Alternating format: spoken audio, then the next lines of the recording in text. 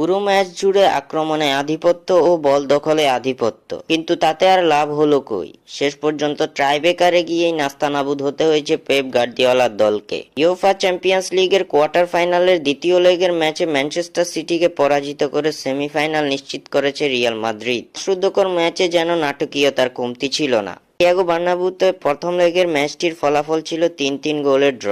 দ্বিতীয় লেগের ম্যাচে ইতিহাদ স্টেডিয়ামে লড়াইটা ছিল বেশ জমজমাট। বল দখল এবং আক্রমণে রিয়ালের চেয়ে অনেক এগিয়ে থাকলেও প্রথমার্ধের শুরুতে গোল হজম করে পিছিয়ে পড়ে ম্যান সিটি। ম্যাচের ১২তম মিনিটে ব্রাজিলিয়ান তারকা রদ্রিগো গোয়েজের গোলে এগিয়ে যায় রিয়াল মাদ্রিদ। ১-০ গোলে এগিয়ে থেকেই প্রথমার্ধের খেলা শেষ করে স্প্যানিশ জায়ান্টরা। ম্যাচের দ্বিতীয়ার্ধে সমতায় ফিরতে মরিয়া ম্যান সিটি। বারবার গোল মুখে ব্যর্থ হওয়ার পর ৭৬তম মিনিটে স্বস্তি ফিরে ম্যান সিটি শিবিরে। কেভিন ডি ব্রুইনার অসাধারণ গোলে সমতা টানে ম্যান সিটি। নির্ধারিত সময়ের খেলা শেষে অতিরিক্ত সময়ে দুই দলের কেউই গোলের দেখা পায়নি।